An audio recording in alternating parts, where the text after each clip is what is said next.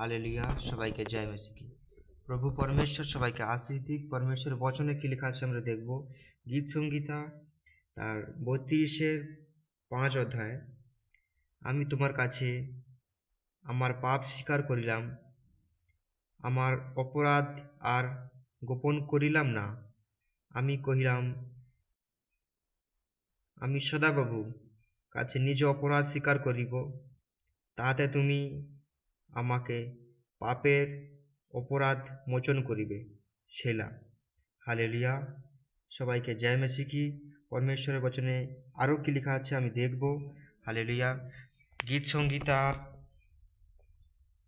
32, ধন্য সেই যাহার অধর্ম ক্ষমা হইয়াছে, যাহার পাপ আচ্ছাদিত হইয়াছে।